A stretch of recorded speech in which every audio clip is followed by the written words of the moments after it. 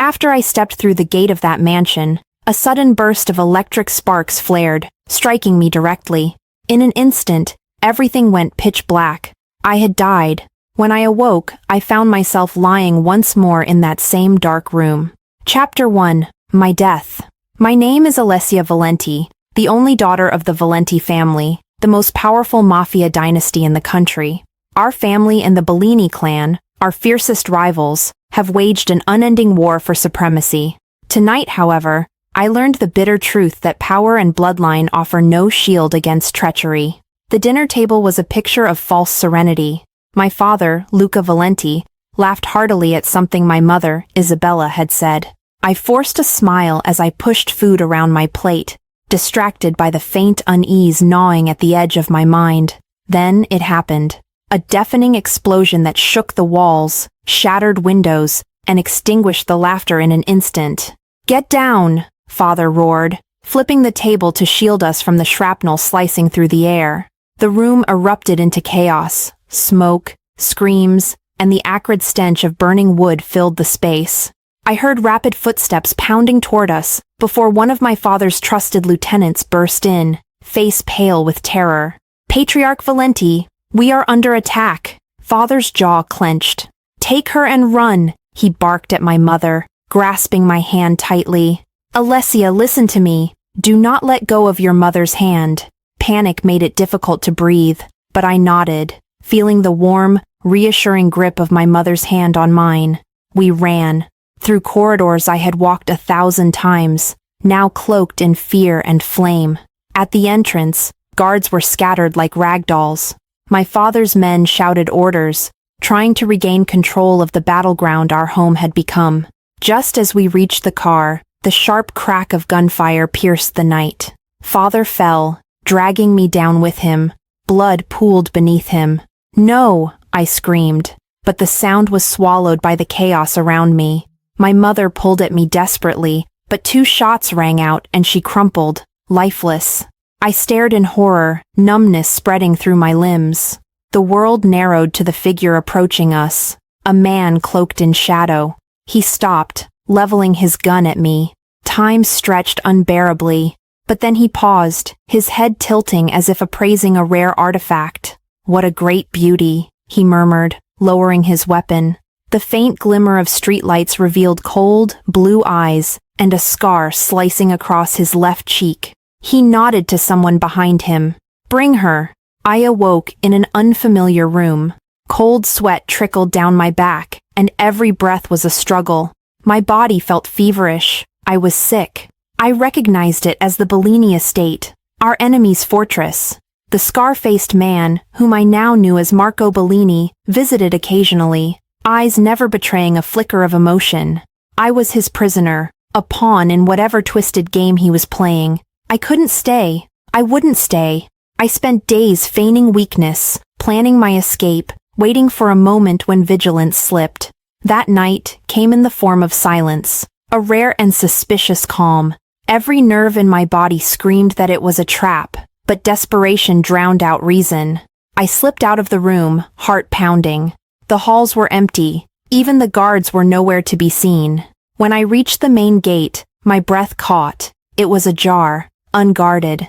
I hesitated, fear and hope warring within me. "Don't think, Alessia. Run."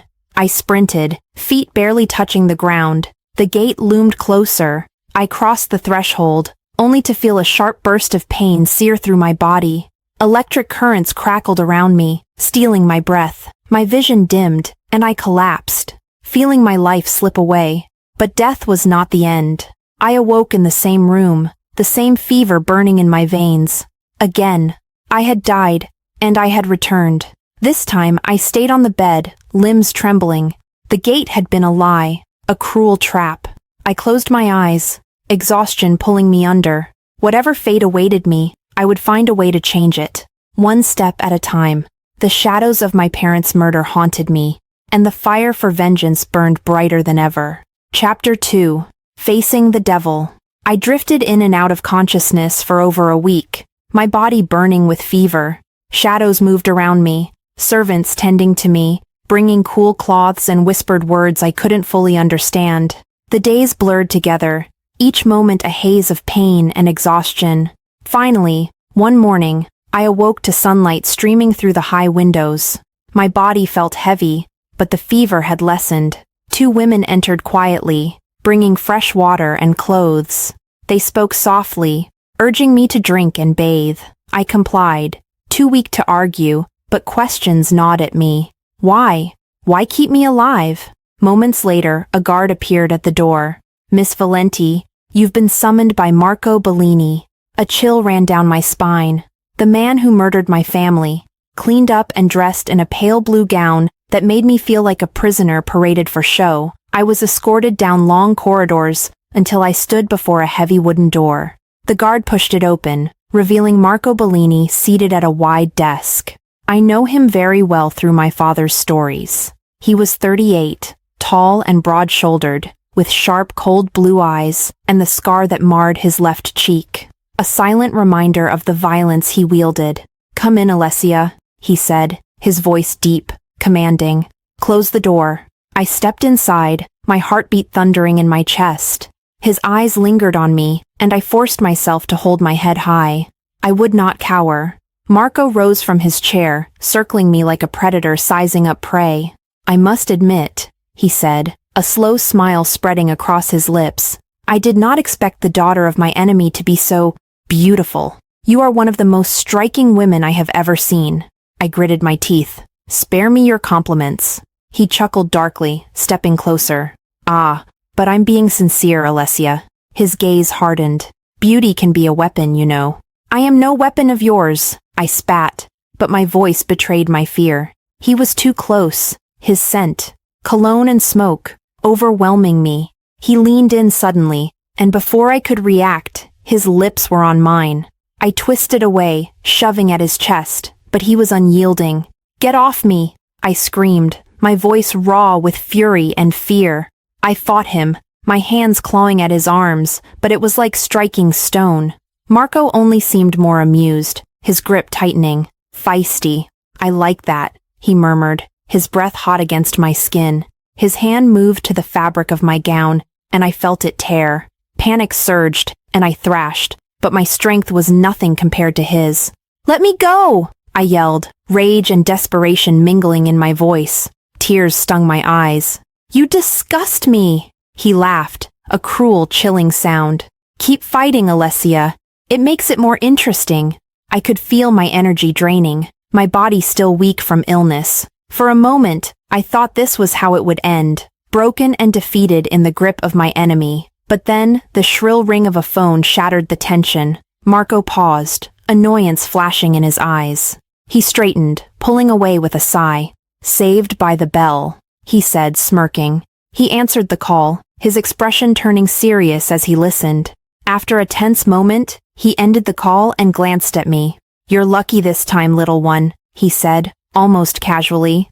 "But don't think this is over." He turned and walked away, leaving me trembling and alone. I fell to my knees, clutching the torn pieces of my gown around me. Anger, shame, and a sickening sense of relief coursed through me. I had survived this time, but the fight was far from over. Chapter 3. The torment begins. Marco had been gone for barely 15 minutes when the door to the room slammed open. A stunning woman strode in, her heels striking the floor like sharp blows. Her icy eyes swept over me with contempt, and her lips curled into a sneer. I pushed myself up, fighting the weakness in my limbs, and met her gaze. "Who are you?" I asked, my voice rough from exhaustion. She stepped closer, a dangerous glint in her eyes. "I am Lucrezia Bellini," she said, her words dripping venom. "Marco's wife." The revelation hit me like a slap. She looked me up and down, disgust clear on her face. "So this is the famous Valenti daughter?" Pathetic. Before I could respond, she snapped her fingers, and two guards appeared at her side. "Take her," she commanded coldly. They grabbed me roughly, and I stumbled as they dragged me forward. My body ached with every step, but I refused to let them see my pain. Lucrezia led us down a maze of hallways, finally stopping in a dimly lit room. A filthy bundle of clothes was tossed at my feet. "Change," she ordered. I stared at the rags, my fists clenched. What? Too proud to wear what you deserve? She mocked. Her smile widened as she leaned in. Let me make one thing clear. You are nothing here. Tears burned my eyes, but I swallowed them down. I forced myself to pull on the dirty clothes, each motion a reminder of how far I had fallen. Listen carefully, Lucretia said, turning to address the assembled servants. Today, this girl, she spat the word as if it were poison, will clean the entire estate, every corner, every room, and if she fails, she will go hungry. She paused, letting the words sink in. All of you are free to rest today. Enjoy the show. The servants glanced at me with a mix of pity and fear. Lucrezia's eyes blazed with satisfaction. Get to work. The hours crawled by as I scrubbed floors and wiped down endless surfaces. My hands blistered and bled, and every muscle in my body screamed in protest. The stench of the cleaning supplies made my head spin, but I forced myself to keep going. I moved like a ghost, ignored and unseen, while Lucrezia watched from afar, her eyes never missing a chance to revel in my suffering. By evening, every step felt like dragging lead weights. I cleaned the grand hall, the marble floors reflecting my broken reflection. Memories of my family flashed before me. Father's strong voice, mother's warm laughter. Gone. All gone. I clenched my teeth, swallowing the grief. Keep moving, Alessia. When I finally finished, the clock struck 2 a.m. My vision blurred from exhaustion. Shivering in the cold, I dragged myself back to the room I had come to know as my prison. I pushed on the door, but it didn't budge. Locked. A wave of despair crashed over me. I slumped to the icy floor, hunger gnawing at my insides. My body curled into itself, desperate for warmth. The realization struck me with crushing weight. There was no one left to protect me, no one to hold me, no one to care. Suddenly, footsteps echoed in the hallway, each step deliberate and unhurried. I forced my eyes open, but exhaustion kept me from lifting my head. A shadow moved closer and stopped, the faint scent of pine and leather cutting through the cold air. I felt his gaze, but I was too weak to look up. Silence hung between us, heavy and tense. The shadow lingered for a moment. Then, without a word, he walked away, his steps fading into the distance. Cold indifference in every stride. The last shred of strength left me. I collapsed, cold and starving. Darkness claimed me, and in its embrace, I felt nothing. Chapter 4. The Dark Room. Sleep pulled me under like a heavy blanket, but it didn't last long. A sharp pain yanked me back into the waking world as my hair was seized and pulled brutally. I gasped, my eyes flying open.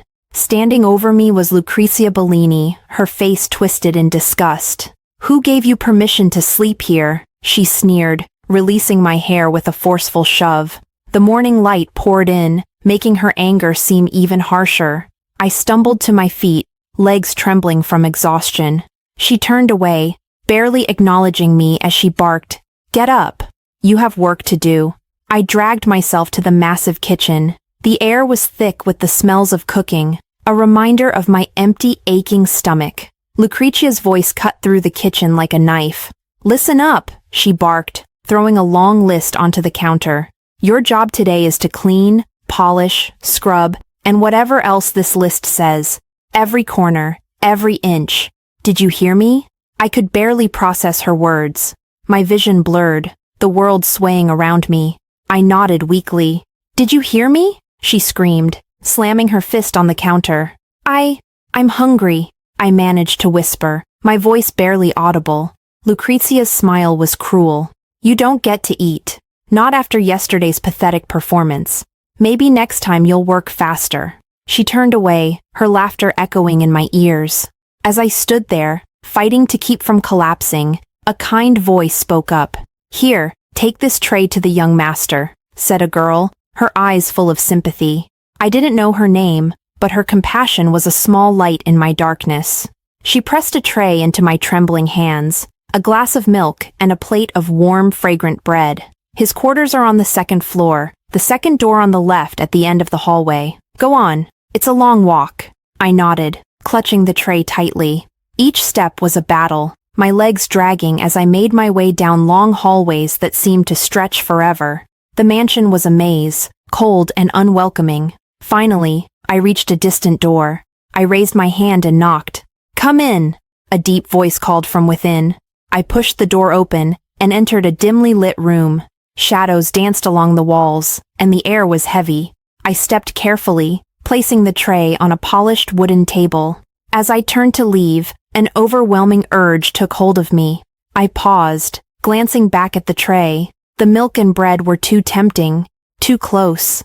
My stomach roared in protest. What does it matter? I thought bitterly. Sooner or later, I'll be dead anyway. I moved quickly, almost without thinking. I sat down and grabbed the glass of milk, draining it in seconds. The cool liquid soothed my dry throat, and I reached for the bread, tearing off pieces and stuffing them into my mouth. Warmth and flavor filled me, and for a moment, I felt human again. When the last crumb was gone, I stood shakily. Guilt and fear twisted in my gut, but there was no going back now. I set the empty glass down, my fingers lingering on it for a heartbeat longer. I walked to the door, my heart pounding with every step. As I pulled it open, I stole one last glance over my shoulder. The room was as dark and silent as before, as if nothing had happened. Chapter 5. The Second Escape. With food in my stomach, my strength slowly returned. I needed to work. I needed to be useful, not just for survival, but to find a way out of this gilded cage. Over the next 2 weeks, I toiled endlessly.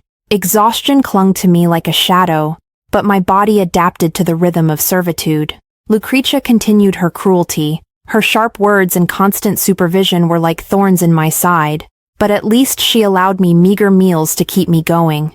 The only glimmer of kindness came from the girl who had helped me that day in the kitchen. Her name was Rosa. She was barely older than me, with dark curls that framed a gentle face. Rosa showed me how to navigate the estate's maze-like hallways, how to avoid Lucrezia's wrath, and how to stay unseen when it mattered. One evening, as we scrubbed the grand stairwell together, Rosa leaned in close. "Be careful of Lucrezia," she whispered, glancing over her shoulder. "She's crueler than you think. She is the second wife. The first, Signora Bellini, died under mysterious circumstances." "What happened to her?" I asked, curiosity flaring despite my exhaustion. Rosa's eyes darkened. "No one knows, but Marco brought many women here. Lucrezia, she made sure they never stayed long." "Tell me about the young master," I asked brutally. "He is Dante Bellini, a genius," she said quietly, glancing around as if even the walls might listen. "Marco's favorite, the one who will inherit everything." Her voice dropped lower. "Dante designed the entire security system for this estate. No one has ever escaped." I felt a chill run through me. "So he's the one who created that cursed gate," I muttered, bitterness coating my words. "The one that killed me once." His name echoed in my mind, tugging at memories buried deep.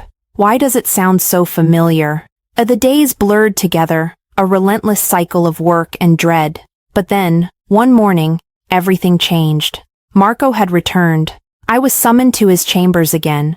Rosa handed me a fresh set of clothes. Soft, elegant fabric that felt foreign against my skin after weeks of rough rags. "Be careful," she whispered, worry etched into her features. "He's in a dangerous mood." My heart pounded as I walked through the halls. As I approached Marco's chambers, Lucrezia stepped into my path. Her eyes blazed with hatred. "Enjoy your special treatment, little Valenti," she spat. "Let's see how long it lasts." I said nothing, refusing to give her the satisfaction of a response. I pushed past her and entered Marco's room. He stood by the window, a predator in fine clothing. The moment he saw me, his lips curved into a predatory smile. "Alessia," he drawled, stepping forward. "Come closer." I forced my feet to move. My mind raced, searching for any way to delay, to distract. But when I was close enough, he reached out and pulled me to him, his grip iron strong. "I've missed you," he said, his breath hot against my cheek. Before I could protest, his lips descended on mine, but this time, I was ready. Marco's kiss was rough, possessive, but after a few seconds, his movement slowed. His grip weakened, confusion flickered in his eyes before they rolled back, and he slumped to the floor.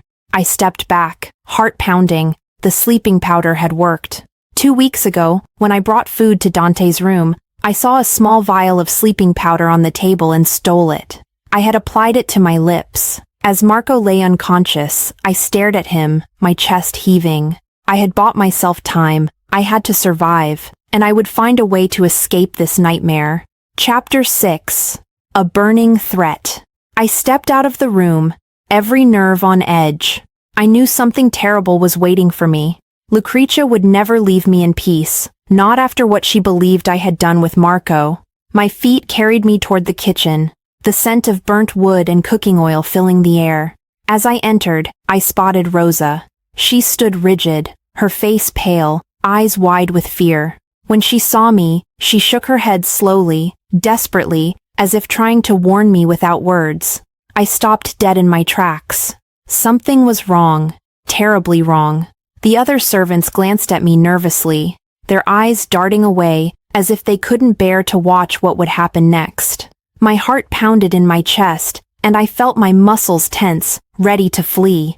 A sudden noise, a creak above me. Instinct screamed, and I stumbled backward just in time. A large pot of scalding oil crashed down from above, splattering everywhere. I yelped as burning droplets landed on my arms and legs, searing my skin. Pain shot through me like fire, and I fell to my knees, clutching my arms. Lucrezia stepped into view, her eyes blazing with a mix of rage and cruel satisfaction. "Did you think you could seduce my husband and walk away unscathed?" she sneered, her voice cold and sharp. "You are nothing, Valenti. I will make sure you remember that." Fear and pain blended into desperation.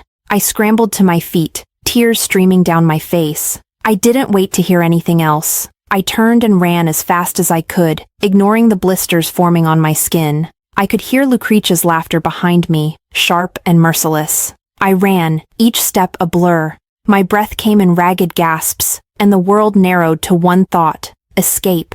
There was only one place I could think of that might offer some semblance of safety: Dante's room. Chapter 7. The Reunion. When I reached Dante's room, I pushed it open without hesitation. It was unlocked. The familiar darkness and heavy stillness greeted me. I stumbled inside and pressed myself behind the thick curtain, heart pounding. My skin burned and blistered, and I trembled uncontrollably. Fear gripped every part of me. A voice cut through the silence. "Who's there?" I spun around, pressing myself tighter against the wall. Dante stood in the dim light, his eyes narrowing. For a moment, time seemed to freeze. He was breathtaking, high cheekbones, a strong jawline, and piercing eyes that seemed to see right through me, the boyish charm hidden beneath a layer of cold confidence. Recognition hit me like a wave. This face, I had known it long ago. "Dante?" My voice was low, filled with a mix of shock and something else. Pain. Memories surged back. 10 years ago, during a 3-month survival camp, I was the clever, spirited girl who won the camp's final competition. Dante had come second. I remembered one golden afternoon when he confessed his feelings. "I like your dimples and your bright eyes," he'd said, his face red with nervousness. I'd laughed, but my heart raced. I had noticed him too, the most handsome boy I'd ever seen. Our summer romance lasted for only a week, ending when the camp did. And now, here he was, a man grown, a stranger and yet the same. The air between us crackled with tension. Dante took a step closer, and I felt the heat radiating from his body, every nerve in mine coming alive. His eyes locked with mine, searching, as if he couldn't believe his own eyes. In that heartbeat, the world around us faded. All the pain, the fear, it was just him and me, suspended in a moment stolen from time. But reality came crashing back with a pounding on the door. "Is she in there?" Lucrezia's voice was sharp, venomous. Dante's gaze never wavered. He reached out and pulled the curtain aside, revealing me fully. I held my breath, terrified of what he would do. Seconds stretched on, each heartbeat louder than the last. Then, he stepped forward, blocking me from view. "No," he said calmly. "And don't ever knock on my door again." There was a tense pause before Lucrezia spoke, her voice seething with frustration. "Fine," and her footsteps retreated. Chapter 8. The Cold Truth. Revisited. Dante's eyes flickered to the burns on my arms and legs, the raw red skin barely hidden by hastily applied bandages. I thought, for the briefest of moments, that I saw a flicker of emotion, maybe pity or regret, but it disappeared as quickly as it came, leaving only the cold mask of indifference behind. He raised his hand, pointing to a small cabinet in the corner. "There are medical supplies in there," he said, his voice flat and devoid of warmth. I nodded weakly and limped toward the cabinet. Each step sent sharp jolts of pain through my body, but I refused to show weakness. When I reached it, I fumbled with the latch, my hands shaking.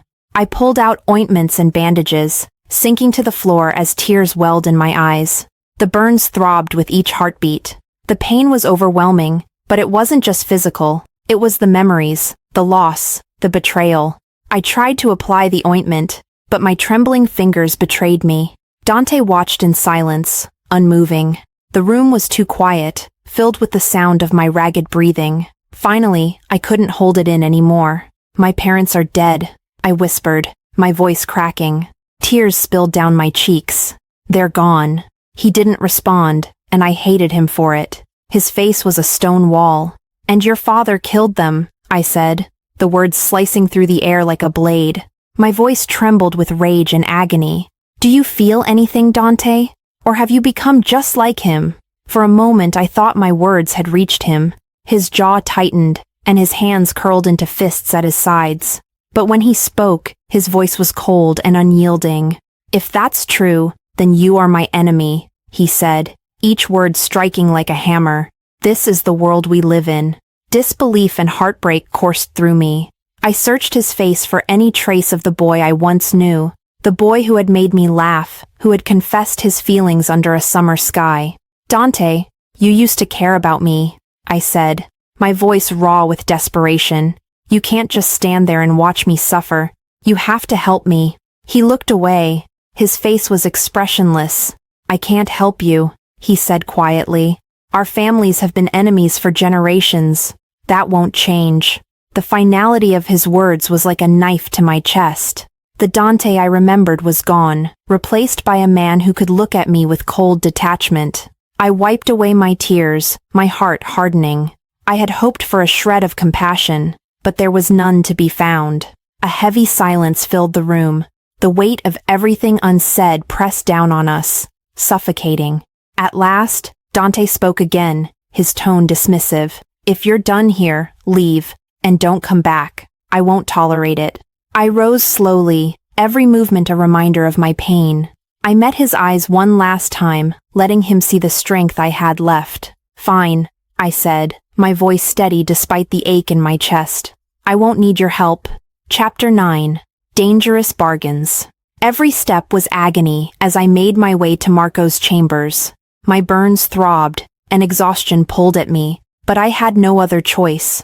As much as I despised him, Marco was the only one with enough power to keep Lucrezia at bay, for now, even if trusting him felt like making a deal with the devil. When I entered, Marco's eyes lit up with amusement. He leaned back in his chair, the picture of dark arrogance. He seemed unaware of what I had done to him before.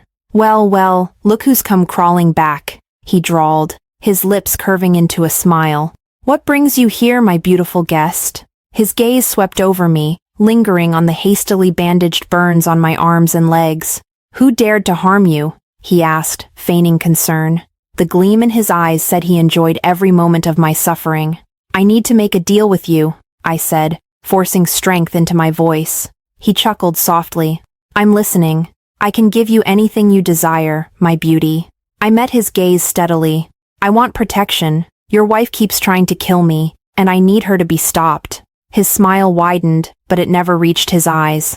"And what will you give me in return, my sweetheart?" I swallowed my pride and disgust. "I'll work for you. I know all of my father's business dealings, his methods for evading law enforcement, his network. I can be a valuable asset to you." Marco leaned forward, interest flickering across his face. "Intriguing. You could help expand my empire, but," He paused, his voice dropping. I have other desires as well. I want you to be mine, in every sense. I clenched my fists, nails biting into my palms. Give me 3 months, I whispered, my throat tight. You just killed my parents. I can't simply forget that. I can't pretend to care for the man who took everything from me. My voice cracked, and I had to choke back a sob. I need time.